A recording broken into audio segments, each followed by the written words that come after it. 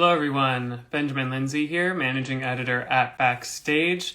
If you were bracing yourself for our interview to start an hour ago, I apologize and thanks for your patience. I'm very excited to be joining Jermaine Fowler for a nice chat about his upcoming film, Coming to America, which is, of course, a sequel to the classic Coming to America. That'll be hitting Amazon Prime this Friday, March 5th. Super excited to pick his brain about his journey to this huge career milestone, working with Eddie Murphy, getting a start in the New York comedy scene, kind of covering it all. So let me see if he is in our audience and ready to go. Hey, Jermaine, how's it going? Hey, I'm good. I'm sorry I'm late. I apologize, man. My No, bad. no problem. I know that you're kind of crazy with the press rounds for this release, so I appreciate you making the time for us. Now, no, anytime, dude. This sounds awesome. Also, yeah, I've just been having a good day today too, with all the love and all the press for the movie. So, thanks for having me. Yeah, of course, of course. Yeah, I mean, this is coming out on Friday, Coming to America. Huge career milestone for you, a super anticipated sequel for a lot of fans out there. Yeah, What's this moment been like for you? How excited are you to get it out in the world? it feels unreal to be honest, man. Truly, like just cool, like just really cool. It means a lot to me. I love the response this movie's been getting, and also like to be working with Eddie and Arsenio and Sherry and James Earl Jones and Louis Anderson, John Amos, Leslie Jones and Tracy, Kiki Lane and Namzamo. Like it's insane. Like Yeah. it means a lot, dude. This is a crazy, crazy, crazy, crazy time right now, man. Yeah, of course, of Taking it course. all I in. I Yeah. feel like that cast list goes on and on. I mean, you're Mhm. working with really incredible performers here. How about just for starters, tell us the story of how you landed this role. I feel like it must be a dream to be working with Eddie Murphy, who I knew was a longtime comedy hero of yours. So, how did this even come into the fold and onto the radar for you? I auditioned, man. I auditioned like everybody else. Yeah, I got an email from my agent saying, "Hey, do this," and I was like, "All right." And I got the sides, and I like to kind of take liberties with the language and the script. So I like to you know erase a couple things, add some of me into it because I uh-huh. just feel like I had a handle on the character. I really understood where he was coming from. So I showed up and I met Craig Brewer, who was in the audition. Had no idea he'd be there. Was very surprised, but also really grateful he was there. Yeah, He took time out of his busy schedule to do auditions. So we talked about barbecue for 45 minutes. I'm not joking. Like we talked about food for 45 minutes, man. 'Cause he's from Memphis yeah. and I'm from DC, and we just had this food off, like this cuisine off. And he asked about barbecue. I talked about crabs and stuff. That was dope. And I did my audition, and I didn't think I'd get it. I thought maybe I would work with Craig in the future, but I didn't think I would get the role. Hmm. Um, but I walked out, and a couple of days later, my agent said they want you to do a callback. Did the callback, and Craig told me he liked it. And next thing I know, Boots Riley's calling my my cell phone, and Boots told me, "Hey, Jermaine, man, I heard you might be having some good news coming your way about Coming to America." And I was like, "All right, how the hell do you know? He's not my agent. Oh my God." Right, right. And he said, "Well, I'm at the All Black Film Festival in Miami. That's how I know. The producers are down here, and they're singing your praises." And I was like, "Wow!" And that's so full circle to me because Boots put me in my first film. Right, yeah. Yeah, so I guess he felt like he had to do that. But the funny part is I had to act surprised when my actual agents called me. They had Without like, having heard a word, yeah. yeah, I'm like, "Oh, I did. I booked. Cool." So yeah, man, it's so full circle. All this, man, it really is. I mean, it sounds like the audition process. You're immediately talking about barbecue. I mean, the way to anyone's heart is through the stomach. So that's check number one of the Well, move. the Um, audition process can how be do you daunting. typically prepare for that kind of space? So it sounds like you were also kind of tweaking the script, making it your own. Is that kind of the general tricks for you? Well, I come from the stand-up world, and Yeah, we like to self-sabotage a lot. That's genuinely what we do. We're so bad at structure and conforming. So I'm just used to just doing things my own way, and this is a comedy, and I think I made the right choice of kind of. Also, if you're an actor watching this, producers watch auditions all day, all week, all day long, and all month long sometimes, and it can be a daunting process. So it's good to kind of just like take liberties and just have fun with it, man. Mm-hmm. Remember that like they need something to remember you by, and it's important. It's really important to do that. You're unique, and you're no one can do what you do, so do it. Do what makes you different from everybody else. Yeah, absolutely, absolutely. Well, to take it all the way back, considering this is for Backstage, our audience is kind of the working actors of the world. I'd love to rewind to the moment that you dropped out of school, moved to New York, and kind of decided that this is what you wanted to do. I was reading in the Washington Post earlier today. You got a nice write-up there that it was actually the stand-up special from Eddie Murphy that kind of clicked it into place that you wanted to do comedy. Is that right? It's very true. Yes. That's awesome. Yes. That's awesome. Yeah, that's a fact. And I'm looking at the comments too, and people are saying thanks for the advice and all that stuff. And if I can help one person with acting or any type of thing that they're trying to pursue, like I'd love to do that. Bill Burr came to a comedy club one day at the DC Improv, and he told me it was a group of comedians around him, and he gave us all advice. And he said, listen, just don't do stand up. You got to do different things, find out what else you can do, whether that's writing or doing sketches on YouTube or blogging, because it was 2008 and blogging was huge. And I listened to him. I listened to him. And ever since then, like I was doing sketches on YouTube.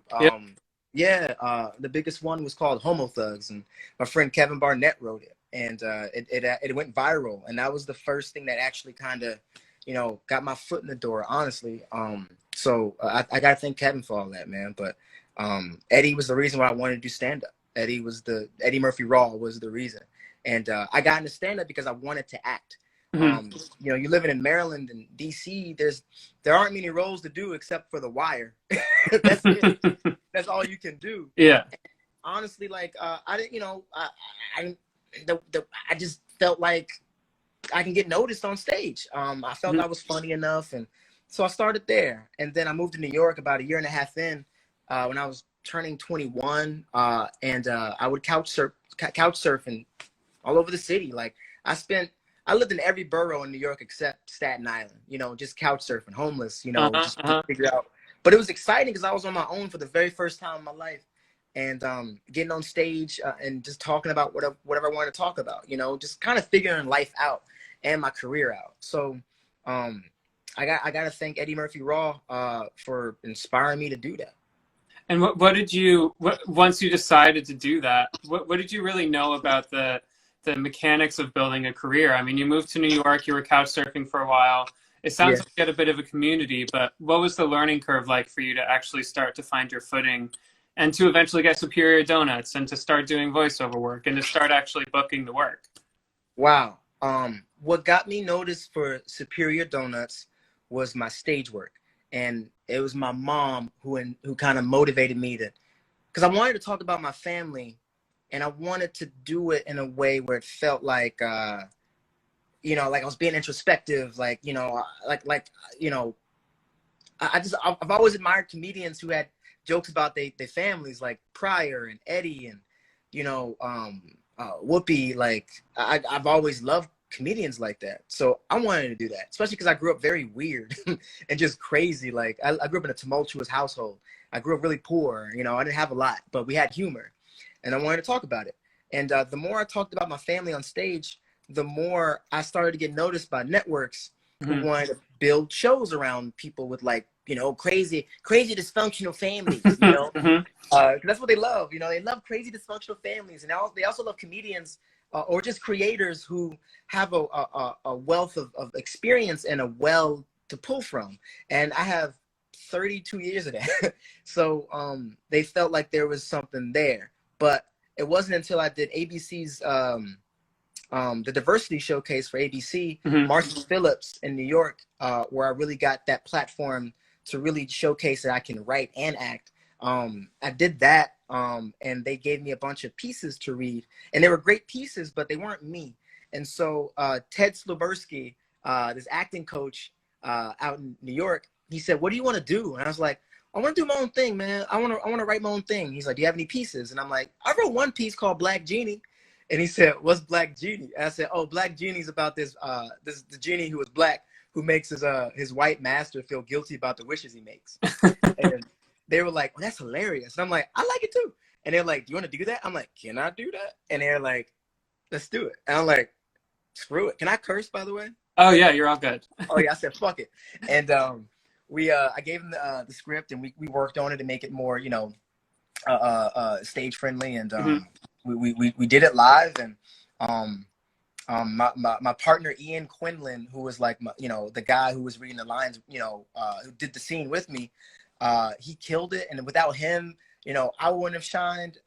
And everybody in that showcase, I still I'm pretty much in contact with till this day. And that was the first time I got noticed by agents and the ABC network. And that's how I got, the relationship to build the project with Whoopi.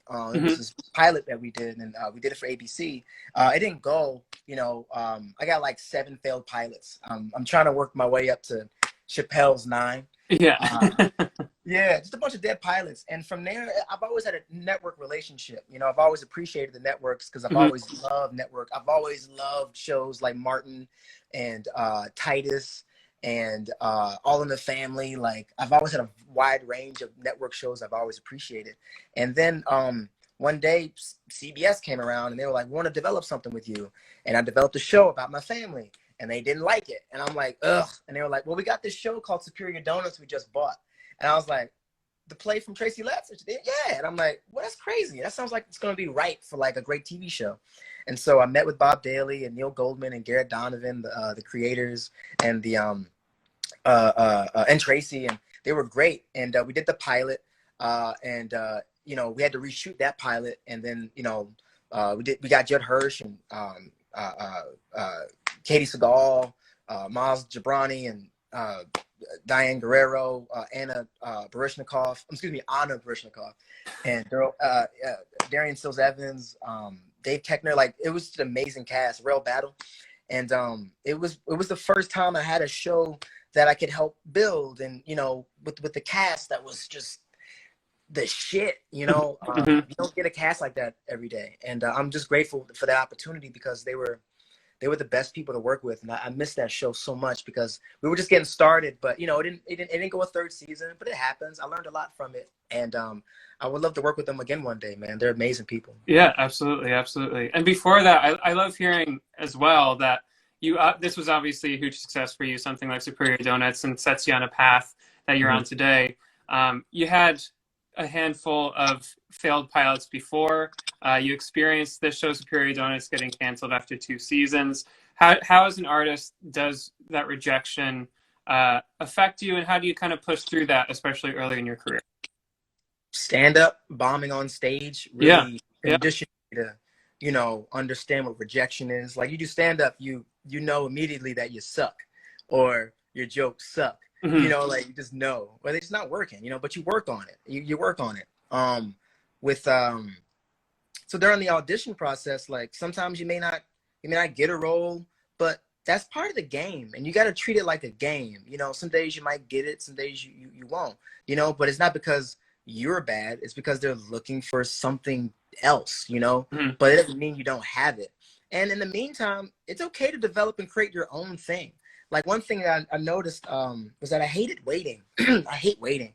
And I'm a very patient guy, but I don't like waiting to know if I got a role or not. It's just nerve-wracking. So I would just prefer to write my own thing. In the meantime, develop my own pilot, or write a movie, or, do a web series. Like, you can do that. You have so much control these days. And it's okay to just, do you, and you can do that now. That's the beauty of like this modern age of like entertainment. So I just took that advice that Bill Burr gave me very seriously, and ever since then, I've just wanted to create more things for me, and I've always wanted to build things for other people. I'm not a selfish dude. If there's a role I'm not right for, I like to tell the producers, hey, this person might be dope.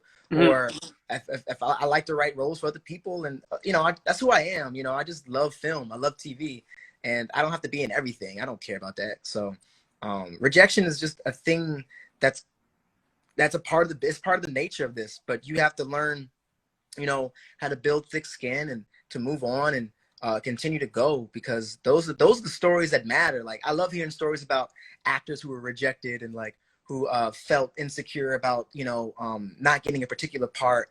Or I love those. Those are the best stories. Who wants to hear a story about a successful actor who sits down and Right. fuck that. I don't want to hear about that. That's not cool. That's not interesting at all. I love hearing about the struggle, because we all struggle, and that's just a part of life. But Yeah. there's beauty in it too, and that I'm grateful for that. I'm grateful for the moments that I was unsure about my career or my life, because they made me who I am right now. Yeah, absolutely, absolutely. In our final minutes here, I'd love to bring it up to present day. Obviously, Coming to America, coming out this Friday. Working with Eddie Murphy must have been a dream. What's something that you feel like you learned or took away from that experience of working with someone who you've so long idolized? They say don't meet your heroes, right? They might let you down. Eddie exceeded every expectation that I had, and what I learned from him is for me. Like, that's mine. I Mm-hmm. waited so long to work with him and do something and be around him and just learn from him. That all that advice that he gave me and what I learned from him, I feel like I want to keep that in me. That's Yeah. for me. I will say what I did. What motivated me about being around him was his passion and longevity, and seeing how professional he is around people, and from the PAs to the caterers. He just that's the stuff you see offset. That's the stuff that really matters. The people who build the movies from the ground up, those are the people that really matter. They work their asses off. They don't eat first most of the time. Yeah, that's just some real shit. Like, I just always appreciated them the most. And I see how he treats people, and he's a beautiful man. And the one thing that really stuck with me was one day we were filming a scene out in the cold, and he was giggling. And I'm like, "What you laughing at?" And he said, "Man," and what he told me was beautiful, because it just basically what he said was like, he just loves this. He loves this. He has such a passion for it, and it made me realize that I'm going to be doing this forever, like till the wheels fall off. Like, I love what I do, and Yeah. it was beautiful. It was a beautiful moment, and it made me just like admire the guy even more, man. So I'm just grateful for everything that I got to do with him, and I'm just happy for the opportunity. So thanks, Eddie. Yeah. Yeah. Excellent. Excellent. What do you hope to do next? I feel like this is a huge check on the bucket list. Are you gonna venture back into sitcom? What's kind of next on the to-do list for you? Oh, real quick, hold on. People are saying that we're not answering their questions, so this is really funny. I want to Oh, sure. I want to answer one question. Yeah.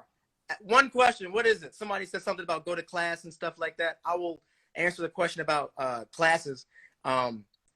Classes are important. They're great. It's cool to know what to learn from your peers, and like a possible a tutor or teacher or whatever. But what they don't teach you in class is to trust yourself. Mhm. So trust yourself too. Like, it's great to take in all that information, but at the end of the day, it's you. You're important. You got to trust your gut and your instincts as an actor, because you're unique, man. So Mhm. I'll just say that. And if you have any more questions, just DM me on my Instagram. I'm very accessible. I'd love to give you more information. As far as TV and film go, I have a lot of projects that I'm very excited about post Yeah. Coming to America. But right now, I'm really excited about Coming to America, and I really want to be present and taking that moment. But I really want to expand, and really like grow as a performer. I'm very curious. I love people, and I've always wanted to do character studies, and like do things that aren't comedic, maybe dramas and darker stories that people are afraid to talk about. Like, I want to do everything that's unexpected to me, because I don't like being put in a box. Mhm. And this is just a perfect opportunity just to get there. And I want to do biopics. I want to do Little Richard, Basquiat, and Emmanuel Augustus. I just love. I feel like it's time to talk about these people. Again, because there's so many cyclical stories that people need to be reminded of, and that's definitely a couple of them. So there's so many things, man. I can talk all day about them, but like, you know, it's just, I'm just happy for this moment, man. It's beautiful, man. Yeah. Thank you. Yeah, absolutely. Well, I'm so happy for you and to see your successes. Congratulations. And thanks again for joining me today. I'm glad we could make it work. Any, So let's be in touch and stay well in the meantime. Thank you very much, man. I appreciate it. And good luck to all the actors out there, all the writers. You guys are awesome. Let me know if you need anything. I'm around for anything. Thank you. Awesome. All right. Bye-bye. All right, peace.